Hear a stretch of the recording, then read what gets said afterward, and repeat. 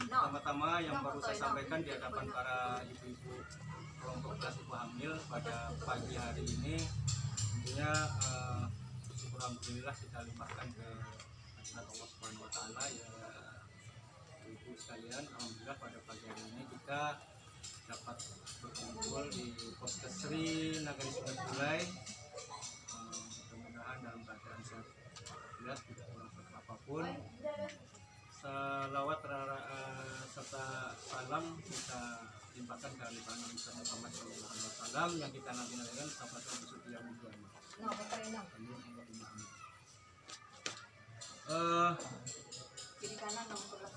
Ibu-ibu kelompok kelas ibu hamil yang saya hormati, pertama-tama tentunya saya ucapkan terima kasih banyak kepada yang pertama Ibu Bidan Rosmaelita yang telah menyediakan tempat dan sekaligus saya juga bisa bergabung di Poskesri Sungai Bulai. Kemudian ucapan terima kasih juga kepada Ibu Indrawani selaku pengelola program KIA di Puskesmas Tanjung Makmur. Selanjutnya juga tidak lupa rekan sejawat kita Ibu Nora Indika yang juga sudah melaksanakan tugas pemeriksaan ya. Triple E bukan? Gula darah pada ibu hamil. Dan kemudian saya sendiri kalau di puskesmas ibu ya, saya itu di bagian promosi kesehatan. Kalau disingkat itu Promkes gitu. Jadi tugas saya Promkes itu adalah perpanjangan tangan dari dinas kesehatan. Saya wajib menyampaikan informasi terbaru yang ada hubungannya dengan pencegahan stunting ya Bu ya. Jadi ini kelompok ibu ini adalah kelompok yang pas sekali saya harus menyampaikan dan wajib saya sampaikan. Nah, kemudian saya tidak akan panjang lebar Bu ya, cukup 6 saja ini yang mau saya sampaikan ini. Ini pesan dari Dinas Kesehatan Provinsi Sumatera Barat ya. Karena di Kabupaten Pesisir Selatan kita ini minta ampun jumlah stuntingnya Bu. Ya, jumlah anak stuntingnya kita itu luar biasa banyaknya. Nah, ibu-ibu sekarang ini tergabung dalam kelompok kelas ibu hamil ini kan bakal persiapannya itu kan bakal berlanjut pada proses kelahiran ya kan, kehadiran anggota baru di rumah. Kalau yang belum punya anak berarti anak pertama ya, kalau sudah punya satu berarti bakal calonnya punya anak kedua dan seterusnya, ketiga, keempat dan seterusnya ya. Jadi yang akan saya sampaikan ini adalah tentang persiapan-persiapan ya, persiapan mulai dari ibu hamil untuk mencegah agar suatu nanti anak-anak ibu tidak terdampak oleh stunting ya. Ibu sekalian, ibu tahu stunting itu apa?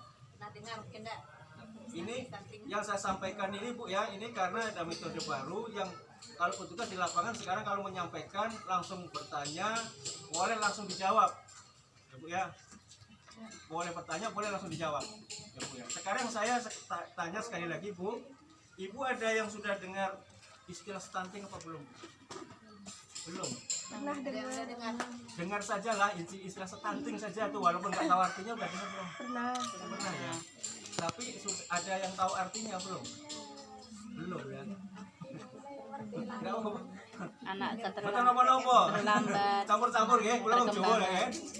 Pulang Jawa. Bisa Jawa ya, ini. Mantan warga setiga ini. Sambil ngemil nggak apa-apa. Boleh ya. Kalau dengar stunting sudah Bu, tapi artinya nggak tahu ya. Artinya kalau stunting itu simpel saja Bu ya. Stunting itulah situasi anak-anak yang gagal tumbuh. Simpel aja lah, nggak usah ribet-ribet mengartikan stunting. Anak-anak yang kategori gagal tumbuh. Gagal tumbuh bagaimana gitu? Gagal tumbuh ya, tumbuh kembangnya gagal dia. Stunting itu. Jadi semisal kalau anak sudah kisaran umur 6 bulan dia harus disapa. Tapi anak kita kok belum bisa. Nah, pokoknya kan gerak-gerakan tangannya atau ngoceh-ngoceh ya kan, atau mohon maaf kadang-kadang nanti ibunya atau maknya manggil-manggil, dia biasanya kan respon, noleh gitu. Kalau nggak ada respon itu berarti ada gangguan pendengaran, ada gangguan penglihatan. Kemudian anak mulai belajar makan umur berapa? Seharusnya umur berapa, ternyata dia terganggu, terlambat. Itu yang disebut dengan gangguan pertumbuhan, tapi belum mengarah ke stunting ya Bu ya, yang masalah itu ya. Satu poin itu yang stunting. Stunting itu simpel aja Bu ya. Kalau ditanya stunting atau artinya stunting itu anak yang gagal tumbuh. Tapi mudah-mudahan saya mendoakan anak ibu besok tidak ada yang stunting lah. Tidak ada yang stunting, dengan syarat mulai sekarang harus siap-siap. Ya. Yang pertama Bu ya, agar anak kita besok sehat, ibu tuh selama hamil harus wajib mengkonsumsi tablet tambah darah. FE. Jadi saya tanya sekarang sama ibu-ibu, sudah mulai minum tablet tambah darah atau belum? Benar. Setiap hari enggak minum? Bolong. Ada yang bolong-bolong. Kalau tablet tambah darah bolong-bolong nggak apa-apa. Kalau pil KB bolong, Akhirnya bolong dia. ya. Di minum terus ibu ya tambah darahnya, tablet tambah darahnya itu wajib. Karena ini sudah program pemerintah untuk mencegah stunting. Jadi jangan sepelekan ya program pemerintah ibu dan memberikan tablet tambah. Kalau habis minta lagi. Selama kemudian ibu hamil wajib mengikuti kelas ibu hamil minimal 4 kali selama kehamilan. Masuk kan? Di kelas ibu hamil yang sekarang ini wajib. Wajib. Mas, sebenarnya memang 4 kali ya. Iya. Kita di sini mengadakan 2 kali ya Bu. Akhirnya di kompeting. 2 kali nggak apa-apa karena kan kalau Pengennya tetap materinya kan ada 4. Disampaikan 2 kali, di 1 kali pertemuan 2 kali pertemuan 2 udah lulus. Itu dapat pengetahuan ya soal ibu hamil. Jadi ibu hamil ini jangan heran Bu ya, kok ibu hamil ada kelasnya gitu. Ini ibu hamil ada sekolahnya, ada sekolah selama kehamilan harus mendapatkan ilmu apa-apa saja yang perlu disertai selama kehamilan sampai nanti menuju proses kelahiran. Saya menyampaikan ini ibu jangan canggung ya Bu ya. Yang menyampaikan kok bapak-bapak tapi ceritanya kehamilan, repot ya. Tapi saya basicnya ini perawat ya Bu ya. Jadi kalau saya bukan perawat saya malu menyampaikan ini ya Bu ya. Tapi karena saya basicnya perawat, saya ilmunya ya hampir mirip-mirip lah. Bedanya kalau saya laki-laki, Bu Eli, Bu Kim ini perempuan gitu aja. Tapi kalau cerita soal kehamilan ya insya Allah sama-sama paham ya, tapi bukan berarti sama-sama ahli, bukan, sama-sama paham. Jadi kalau yang saya sampaikan ini jangan tanggung ya Bu ya. Kemudian yang nomor 3, ibu melakukan pemberian makanan pada bayi dan anak PMS secara tepat. Nah, ketika nanti proses ibu sudah lahir, anggota baru di keluarga, ibu harus punya ilmu lagi memberikan makanan tambahan. Memberikan makanan tambahan itu bolehnya anak usia umur berapa Bu? 6 bulan. Yang sebelah sini 6 bulan, yang sebelah sana ada pendapat yang lain nggak? Yang diperbolehkan memberikan makanan tambahan umur berapa? 6 bulan. Ya nggak apa-apa ya. Nggak apa-apa ya, walaupun baru walaupun lama saya tanya. Umur 6 bulan. Alasannya kenapa kok baru boleh umur 6 bulan diberikan makanan tambahan? Tahu itu alasannya? Alasannya apa? Kalau ilmu itu Bu ya, kalau ilmu itu harus tahu alasannya. Kalau 6 bulan, nah itu ya, jadi 6 bulan, kenapa kok 6 bulan baru boleh diberikan makanan tambahan? Kan itu ya. Ibu harus tahu, simpel Bu ya. Anak bayi baru lahir sampai umur 6 bulan itu saluran pencernaannya kan ususnya masih lembut ya, masih lembut. Dia dipersiapkan selama 6 bulan itu hanya boleh diizinkan hanya untuk menerima ASI saja, air susu ibu. nggak boleh air susu bapak, nggak boleh. Ya, air susu ibu, kan gitu aja. Jadi akhirnya makanan tambahan yang lain itu kan biasanya kalau wong Jawa-Jawa mungkin ki anak sebulan aja udah didulang gedang karo nasi ya, nasi luna gitu. Kadang pisang saja, kadang kelapa hijau ya. Itu salah bu, ilmu yang itu salah, udah nggak dipakai lagi. Dampaknya akan terasa bu, kalau nekat sebulan, 2 bulan, 3 bulan diberikan makanan tambahan nekat, dampaknya akan terasa ketika besok kalau sudah dewasa sama umur usia tua. Dampaknya akan terasa seperti itu. Kalau masih anak-anak iya, belum terasa dampaknya. Jadi nanti dampaknya akan terasa mulai ketika kita udah mulai sakit-sakitan, yang sebentar sakit perut, umum. Masa kecilnya dulu karena memang orang tua kita mungkin salah memberikan makanan. Belum umur 7 bulan, umur 2 bulan udah dikasih sego gedang Ambon. Ya bu ya. Jadi kalau ilmu kayak gitu alasannya. Ya. Kemudian kalau sudah lahir anak ibu ya, rajin dibawa ke posyandu. Itu pesan dari dinas kesehatan ya. Kalau sudah lahir anak ibu yang baru punya anak ya rajin ke posyandu. Kalau sudah punya anak yang kedua, ketiga dan seterusnya rajin ke posyandu ya bu ya. Nah ini ilmu juga. Jadi semata-mata datang ke posyandu harus tahu alasannya, tujuan ke posyandu itu mau ngapain. Ibu ada yang tahu tujuan anak kita dibawa ke posyandu untuk ditimbang?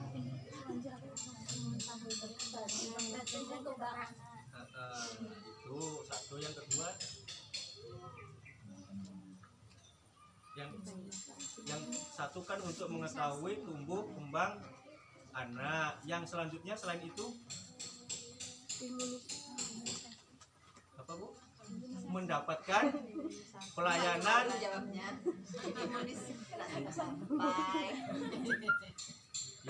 Jadi mendapatkan pelayanan imunisasi dan pelayanan kesehatan lainnya. Ya, bu, ya. Jadi anak ibu itu terpantau setiap bulan. Posyandu itu dipantau terus sama Bu Eli nih.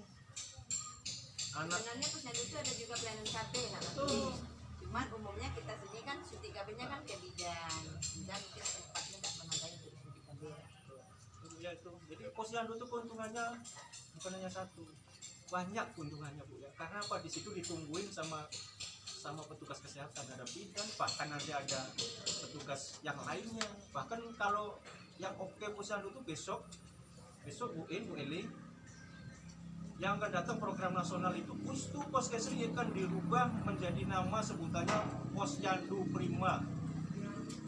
Jadi Pustu Poskesri itu sekarang besok kata penemuan yang baru itu tidak ada berangkat kemana bu, ke Pustu, ke Poskesri tidak ada.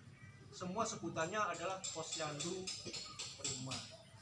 Jadi itu akan ada pelayanan lengkap dan sebagainya. Itu tapi baru wacana ya, ya. Jadi yang wajib-wajib sudah 4 bu ya, membawa bayi. Kemudian yang kelima, rajin-rajin cuci tangan pakai dengan air yang bersih, ya, air mengalir yang bersih. Nah, ya, tapi di saat-saat yang penting. Kalau nggak ngapa-ngapain, tiap sebentar cuci tangan, itu ya. Jadi yang dimaksud cuci tangan pakai sabun yang di saat waktu yang penting adalah sudah bekerja, kotor tangannya, terus mau aktivitas makan, mau aktivitas pegang kain, baju anak dan sebagainya, mau pegang anak kita bayi, cuci tangan pakai sabun di tempat air. Apalagi memberi ASI, pakai ini loh mas, betul. Ibu ya.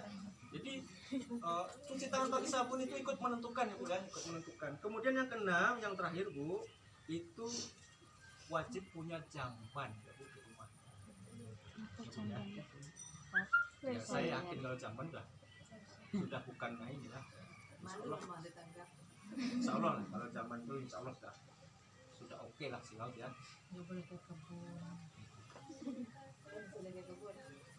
Kalau 20 tahun lalu mungkin iya tuh kasur terbang. Ya karena Mas Pri ngalamin sendiri. Ya.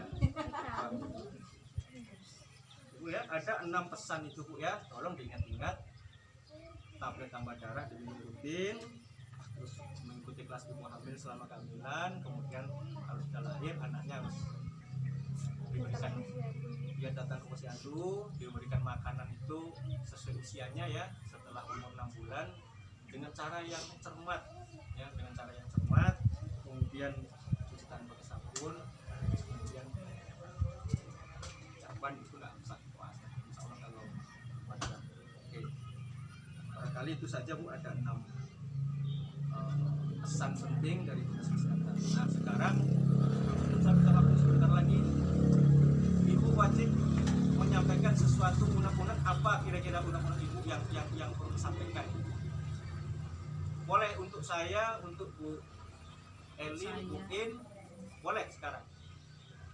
Apa-apa nggak marah, nggak boleh malu. Nggak boleh malu. Saya kan udah bilang, saya ya sama ini, sejawat ini sama. Nggak perlu nyampainya, pokoknya seadanya aja nyampainya. Ada Bu ya? Nggak tahan kita ngomong-ngomong di rumah. Ada Bu? Pertanyaan apa unek-unek? Untuk saya boleh, Ibu Eli itu marah. Daripada saya stres ya, saya juga marah. Kayak tadi itu rasa terbang rasanya. Nggak di atas injak tanah rasanya. Boleh. Iya. Ada Ada kematian bayi di sini, nanti orang kecamatan turun, Masuk Painan berita lagi turun, ya. masuk berita gara-gara ibu-ibu yang selain kita Oh, kalau tidak ada pertanyaan, saya tambahkan sedikit Bu. Stunting itu kalau dapat hendaknya jangan terjadi pada anak kita. Sekali anak kita kena stunting itu memperbaiki. Anak kita itu membangun jasmani rohani itu dimulai dari usia 4 bulan kandungan, 1000 hari pertama kehidupan dimulai dari 4 bulan kandungan sampai anak umur 2 tahun. Itu adalah fase-fase yang perlu diperhatikan benar. Umur 4 bulan sampai anak umur 2 tahun itu adalah pembangunan fisik anak paling menentukan sampai umur 2 tahun. Paling menentukan. Apa yang dibangunnya? Jasmani, dan paling penting yang dibangunnya adalah sel-sel otak. Anak umur sampai 2 tahun sampai 5 tahun itu dia gencar membangun sel otak. Nah, ketika kita gagal mengelola sampai anak umur 2 tahun Bu, memperbaiki. Saya tidak mengatakan nanti akan gagal selamanya, tapi akan memperbaiki. Ya. Dampak jangka panjangnya Bu, itu anak-anak yang di kota-kota besar yang tawuran, yang suka pakai geng-geng motor, anak itu punya keterbatasan berpikirnya cuma sampai di situ aja. Dia nggak mampu berpikir cerdas, tidak mampu berpikir bagaimana yang baiknya, dia pikirannya hanya negatif. Barangkali itu saja mungkin yang perlu saya sampaikan, pesan dari dinas kesehatan Bu ya. Kalau taraf sekarang masih malu-malu enggak apa-apa, tapi besok yang akan datang Bu, kelas ibu hamil yang akan datang lagi, kalau dapat jangan malu-malu ya menyampaikan sesuatu. Karena apa? Sekarang Bu In sama Bu Eli itu metode terbaru komunikasi antar pribadi, Bu Eli dan Bu In. Audien itu wajib menyampaikan sesuatu, pertanyaan. Jadi komunikasi kita tuh harus komunikasi yang bukan hanya kita saja ngomong. Ibu boleh ngobrol, menyampaikan secara guyon-guyon, situasinya menyenangkan, tidak ada unsur paksaan. Barangkali itu saja. Dari awal sampai akhir saya menyampaikan ada kesalahan-kesalahan yang tidak sengaja, tidak mengenakan hati ibu sekalian. Saya mohon maaf yang sebesar-besarnya kepada ibu. Saya akhiri dengan wassalamualaikum warahmatullahi wabarakatuh. Oh, saya tambahin sedikit ya Ibu ya, mengenai stunting tadi.